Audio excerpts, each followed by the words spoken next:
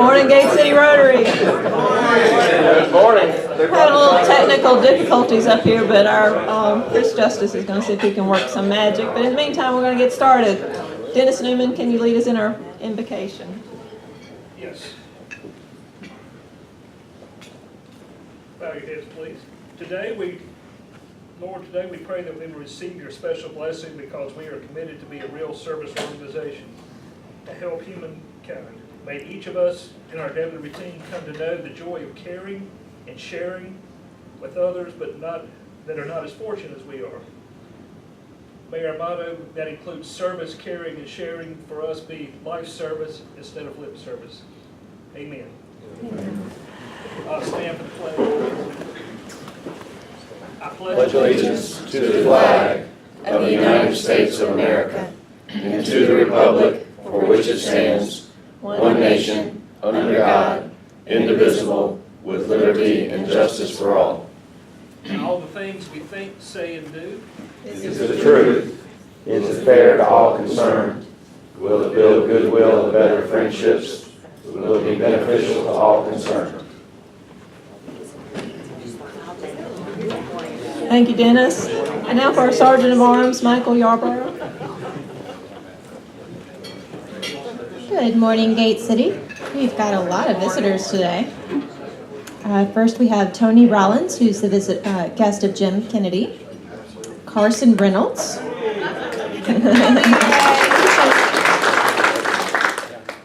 Mr. Carson Reynolds, who is the visitor of Mark Reynolds.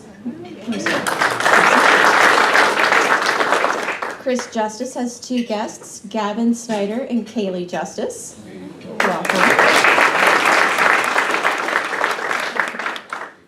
Brian Kaiser is the guest of Jonathan Smith. Welcome. We're sitting a couple tables apart because he's we're looking. Yeah, he's smart, and we're looking for an application. Gotcha. So, yep. Mr. John Nossick is here, guest of Chip Persons.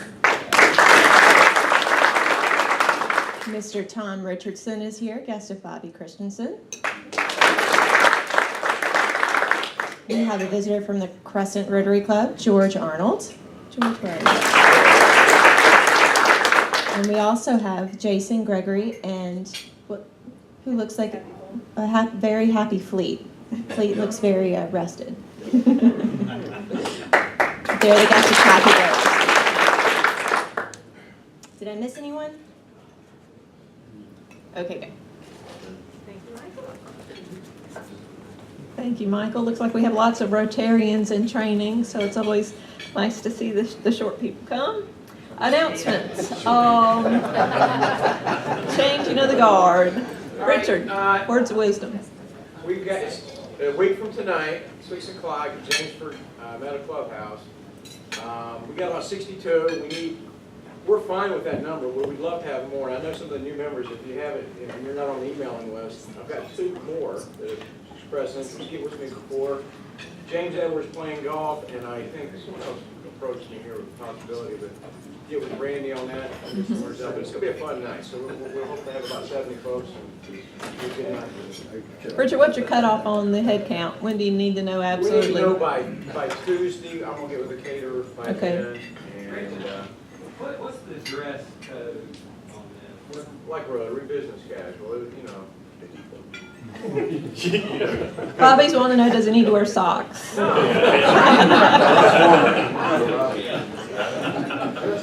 for work. Yep. It should be a good time. We'd love to have everybody out. So cutoff is next Tuesday again. I'll send out one more reminder email before now and then. Okay, so the meeting next week for the changing of the guard that evening will be in lieu of the morning meeting. So you can sleep late next Thursday and you can sleep late the next Thursday because we won't have a meeting for the week of the 4th.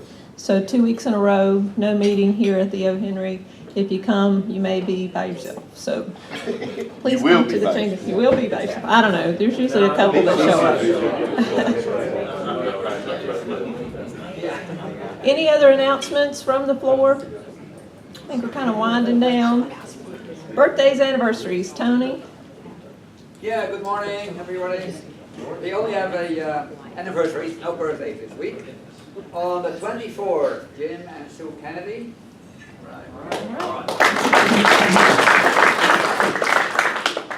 And on the 26th, we have two anniversaries. We have Mike and Marianne Conrad. And we have Jonathan and Ann Smith. All right, very good.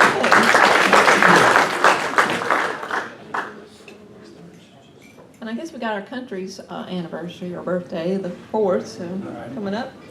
Happy Dollars, Buster. Yes, here we are. That was quick. That was quick, yeah. Wakey, wakey. Pin up the man. I got two quick ones. Can I have the right hand? For the last year and a half, I've worked with the task force for the solid waste division of the city of Greensboro, and the city council has decided to set up a commission. It's funny that the guys down at facilities that do the solid waste and recycling, they really take a lot of pride in what they do in saving money. The politicians just happen to get in the way. And it seems that with some civilians around, the politicians are not as eager to shoot people down. So they set one up, and I'm on the commission for the next 3 years. And when I started my little renovation and rental business, one of the properties that I got was already rented, and had a year left, a year on the lease. And I was supposed to, when I closed, money was going to be in like in 10 days for the first check. I'm looking down, I'm checking my numbers, and I was like, man, this is easy peasy, like fish in a barrel. So the first month, I go to the P.O. box, and there's no money. So, so the happy dollar this month is the check came in on time.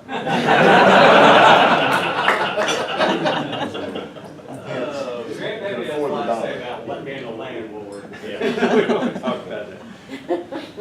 I have three, but I'll make it quick. We got the coolest job our company ever had. We've got a job now. We're going to put a wireless network in the Battleship, North Carolina. So if you walk through, you'll be able to carry your iPad and it will narrate to you. If anybody knows how to cut holes in 6-inch steel, a couple of glitches in this. I left something on the table. Thank you everybody for your correspondence from Vietnam. I still have a wish list. We've covered about a third of it. But it's really hard to go and tell a child, I don't have enough money to give you a pair of shoes. So there were a few commitments that I made. Anybody wants to send something to children in Vietnam, just mark it things Dan promised. And News and Record did a nice story on Katie last week. It was a good week. It was a good trip.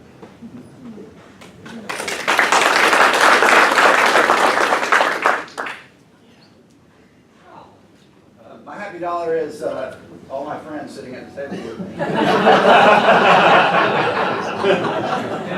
All there. Actually, last week I had a birthday, and Susan whisked me away to the beach, and we were down at Kiowa, and we were having dinner at one of the high-priced places, and there was a couple next to us, and a young couple, and we finally started talking to them after we were both kind of done with our meals, and started comparing notes. So they were from Charleston, they were younger, had small kids, they were getting away.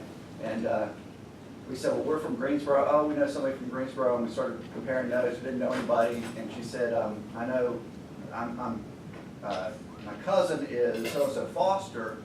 And Susan said, oh, is that Michelle Foster or something? And she said, no, she's got two boys, Matthew and something. And I said, Matthew Foster? And anyway, it was Matthew, it was Marley Foster's. No. Yeah, Matthew is Barbara's husband. Anyway, there was a connection there.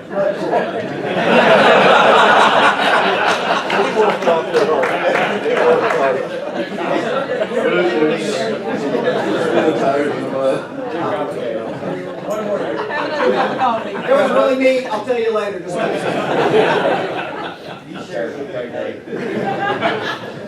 Looking for that connection. I've got a couple here.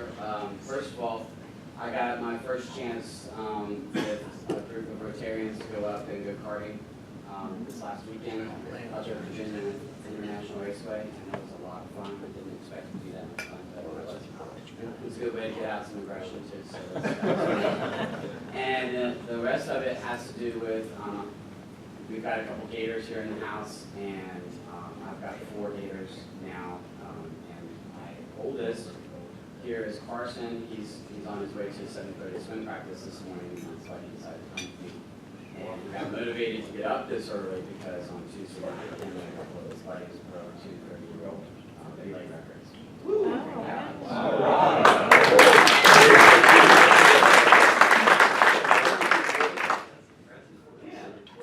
Okay, so it's been a little while since I've given a happy dollar, and I'm really not giving one now. This one's Richard's. So It's just as happy. yeah, it would be. Oh, there it is. You just wanted to. So periodically, turn around when you do that. All right, we have kids present. Come on. So periodically I talk about my daughter out in Los Angeles, who's in entertainment. That didn't sound right. Television. Yeah, the dollar thing. Television. But I have new celebrities in my family. So if any of you, and I know all of you do, if any of you happen to watch on TLC on Sunday nights, there's a reality TV show called Welcome to Myrtle Manor. Have you seen that? Oh, good Lord, yes. Please don't forget if you do. That's actually my family. It's my maternal grandmother's sister's grandson and granddaughter that are in that trailer park. Rob, did you get all that? Can you play that? That's actually all I think of it when you start counting.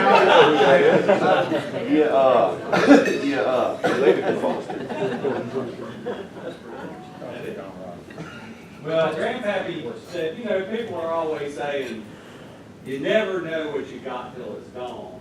He said, I knew what I had, I just never thought I'd lose it.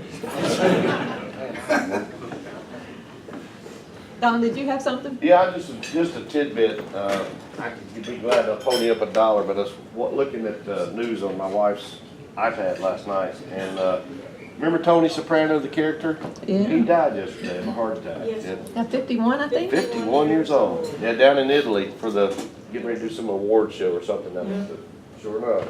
Kind of sad. Definitely don't take each day for granted. Oh, man. Now for our presentation, it looks like we may have some issues with our video, but I think Kathy's ready to roll with or without video. Bobby, would you like to make the introduction? Sure. Morning. Morning. Morning. Kathy Bull is the Executive Director of Patriot Rovers. Kathy has over 25 years of leadership and executive experience in both the nonprofit and corporate sector. She is president of Bull Consulting Incorporated, a nonprofit consulting organization, co-founder and chair of the North Carolina Children and Nature Coalition, past director of marketing and development for the National Children and Nature Network, and the former chief operations officer and registered lobbyist for the North Carolina Zoo Society. She's an organization marketing and fund development professional with extensive executive level experience in public relations, branding, strategic planning, and public policy with expertise in nonprofit administration, organizational development, partnership building, and leadership training. Kathy is an avid runner, passionate public speaker, writer, and advocate on issues related to connecting children, nature, nonprofits, veterans, substance abuse, homelessness, and personal motivation. Welcome, Kathy. Thank you. And can everybody hear me? Because I don't like mics. I get hyper and I start knocking the stand over and getting crazy. I'm going to take you back a ways. We're not going to use technology. We're going to pretend I planned it that way. Thanks. Because the real star of the show, the real star of what we do, has to do with our soldiers and the dogs that serve them. And that's here today, and I'm going to give them an opportunity to share with you what Patriot Rovers has meant to them.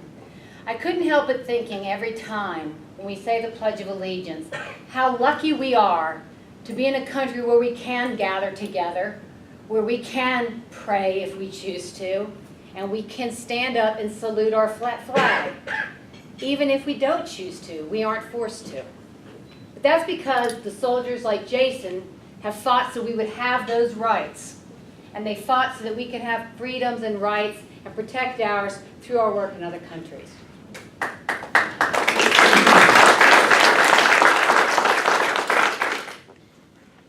all the organizations I've ever worked with, probably the one that touches closest to my heart because of my own upbringing as a military child and because of my family history of so many of the men in our family in the military. This is one that's very near and dear to my heart.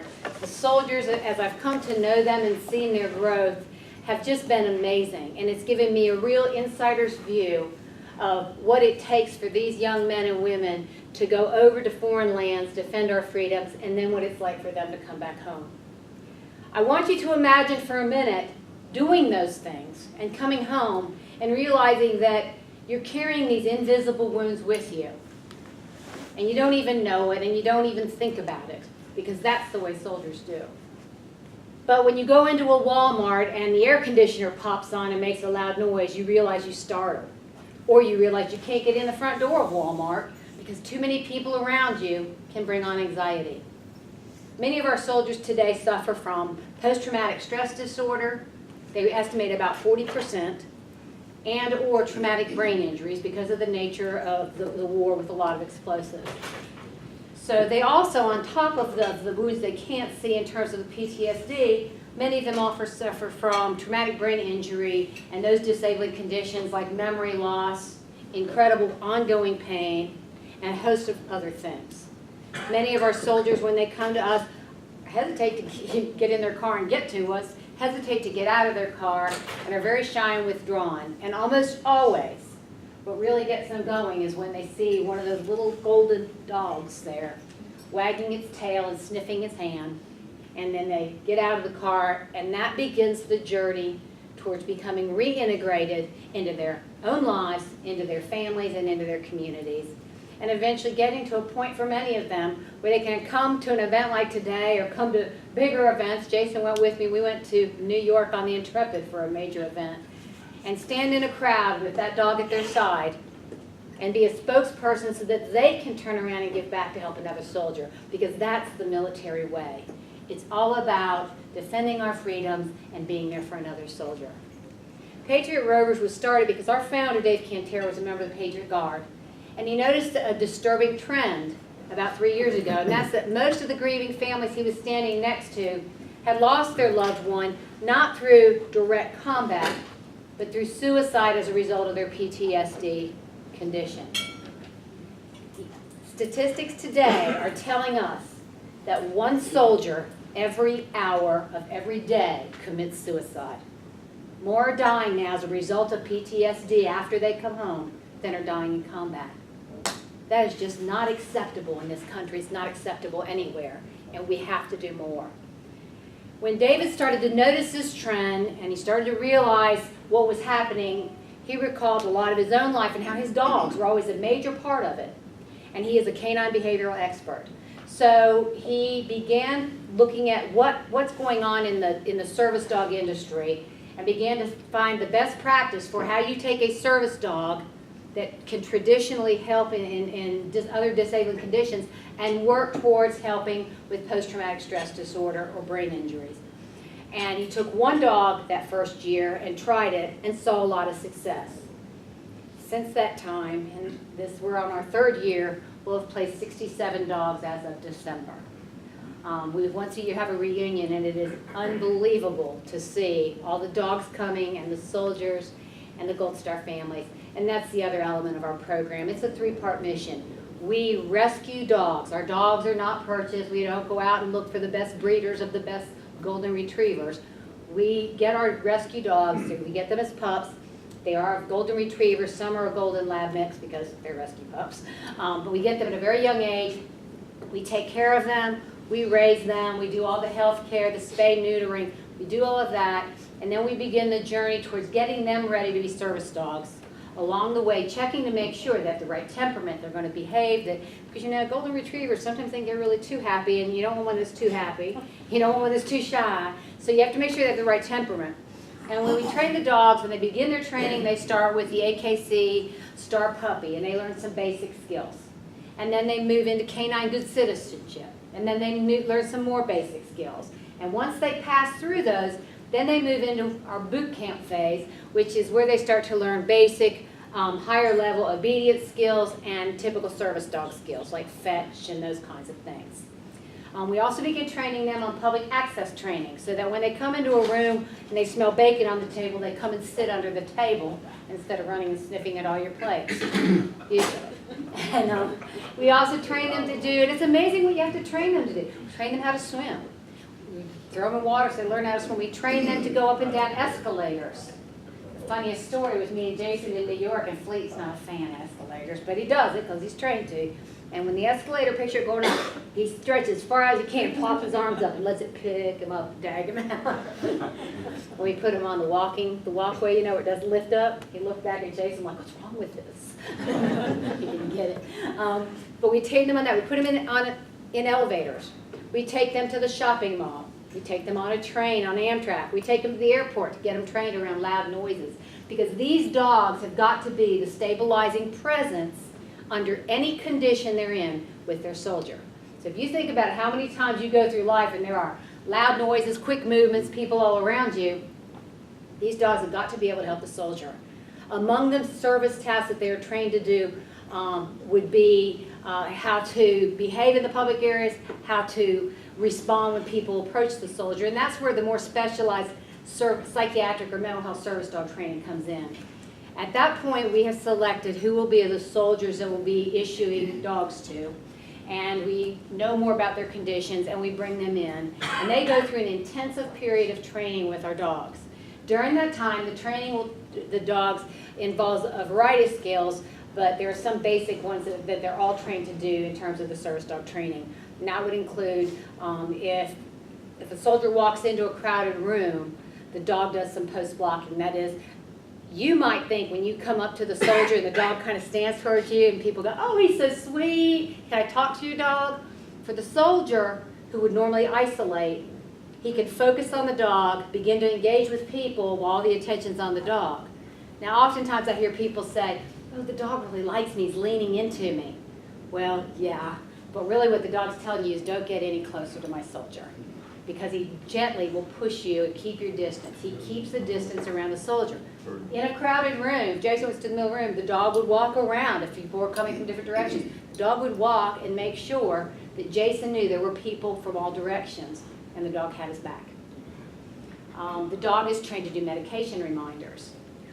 Now, I've been present when there has been an anxiety situation and a soldier would start to get very anxious, and the dog's trained at different levels of cueing with the soldier because we want them to begin to form a bond. The dog's trained much like epilepsy dogs to sense biorhythms. So they can tell if the soldier's getting anxious sometimes before the soldier knows. And so the dog will do different things that they've been trained together to cue. It might be just leaning into it, might be nibbling his fingers, it might do anything. But in an extreme situation, the dog will stand up and put its paws on the soldier's chest and bark in its face to bring them to the reality of the moment, rather than going back into their mind of what might have been in the past. And so the dog will do that. If a soldier starts to hyperventilate, the soldier is trained to put his hands around the dog and to get his breathing regulated with the dogs so they can get back under control. And I know they sound like miracle dogs. When I heard all this, I thought, yeah, right. I can't even get my dog to sit. And I can't get my children to obey that well. And then I saw it in action, and it brought me to my knees. I could not believe that these incredible creatures could do this thing. And if a soldier's sleeping and going into night terrors, revisiting wars that he didn't leave behind in his mind, the dog can wake them from a sleep. We'll check and do, check the perimeter to make sure the soldier knows it's okay, and just a host of other things to make sure that that soldier, when he is out in public or in his home or functioning in any way at all, has his buddy by his side, have his back at all times.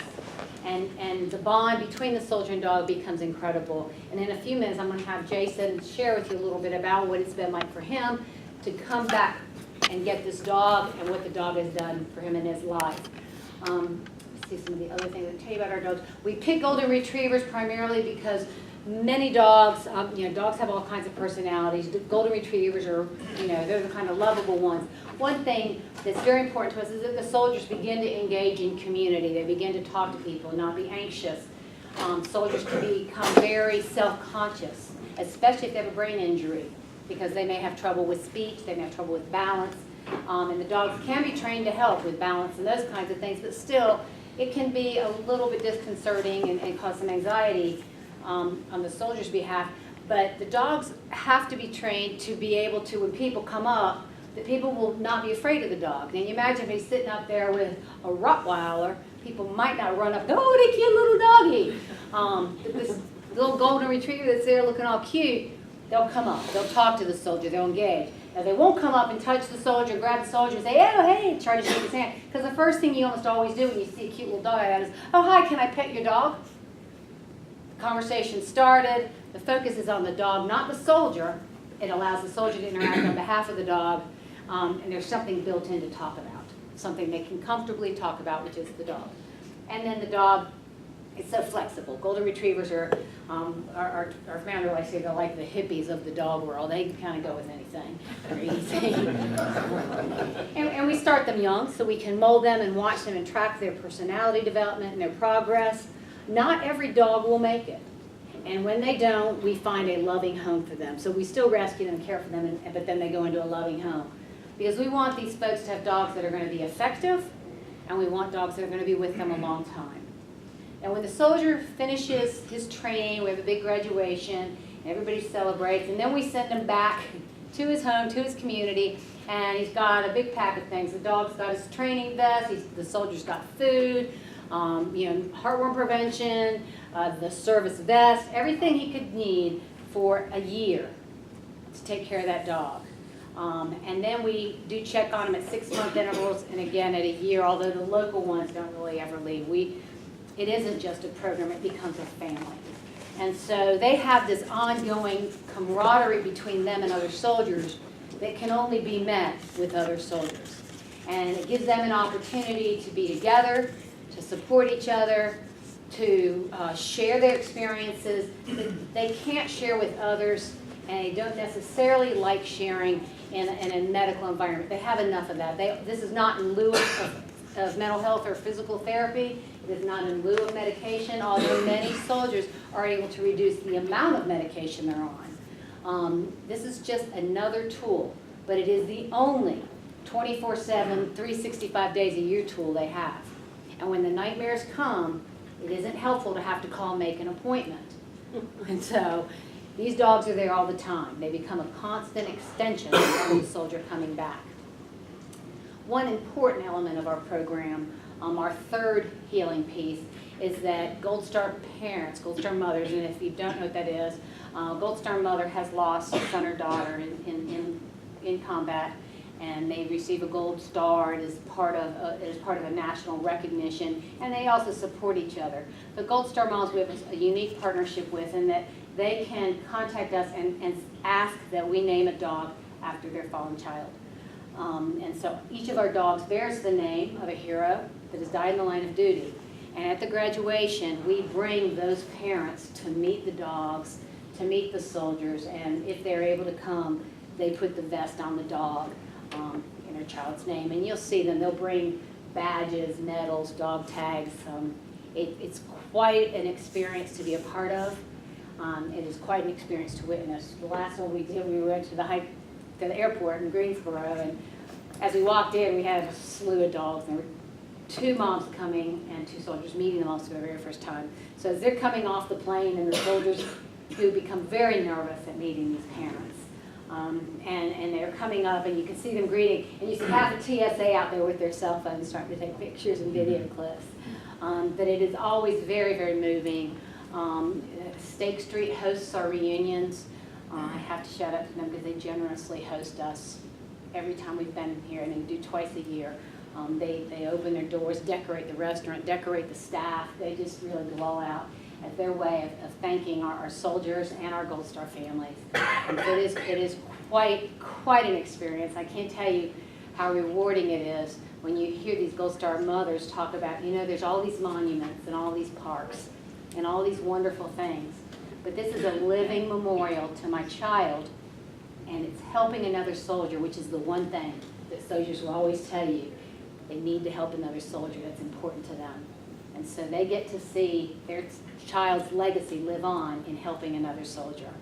And so it becomes a really healing force between everyone. And I think that's what makes this program special.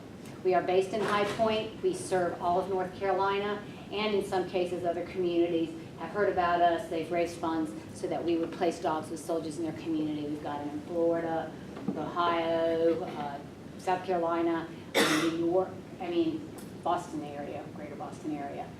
We have a lot of folks that hear about us and just want to try to help do something. We get no government funding. We are completely publicly supported through charity and our nonprofit. 95% of money goes directly back into the dogs and soldiers. We are primarily volunteer driven. So you can see that we're lean, mean, and I had a really good PowerPoint. Who needs it? The story's good, but the real important story is that it works.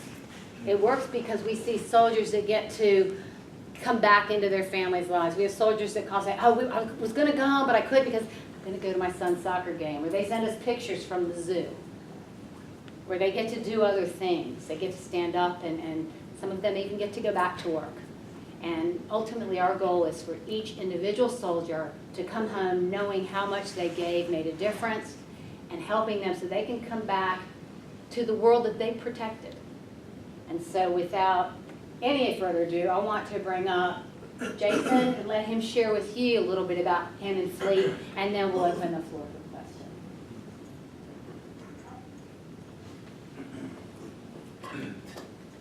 Fleet, come on, Fleet. Good morning. Good morning. This is Fleet. He's named after James Fleet McClintock from Concord. I was in the Army for 9.5, 10 years. When I was wounded in Iraq in 07. I joined at a young age, 17. My parents had to sign a waiver for me to get in. At a young age, I knew that's what I wanted to do. That's all I wanted to do. I had a great uncle who was a prisoner of war. He was in the Bataan Death March. And, I knew that I wanted to be a patriot in some way. So that's what I chose to do from a young age.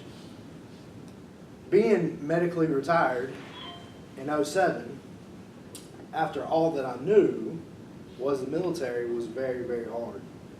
When I was wounded, I spent a week in the hospital in Iraq, a week in the hospital in Germany, 2.5 months at Walter Reed in D.C. Heavily medicated, group therapy every week. Nothing was working. Got to the point where I isolated myself from friends, family, mother, father, sister. Family lives in Greensboro. I decided to move to Kernersville because I needed my space. I needed my own space. Not in the same city, a couple miles away. And I'd go months at a time without leaving the house. My mother would be gracious enough to bring me groceries. Financially, she would pay my bills for me from my Social Security and my VA benefits. I didn't leave the house very much. Something like this was out of the question for me before I got Fleet. Well, Fleet, I've had him for 1.5 years, a little over 1.5 years. The VA recommended this program after trying everything else, medication, and group therapy every week, and everything else. My doctor said, here, you need to give these guys a call.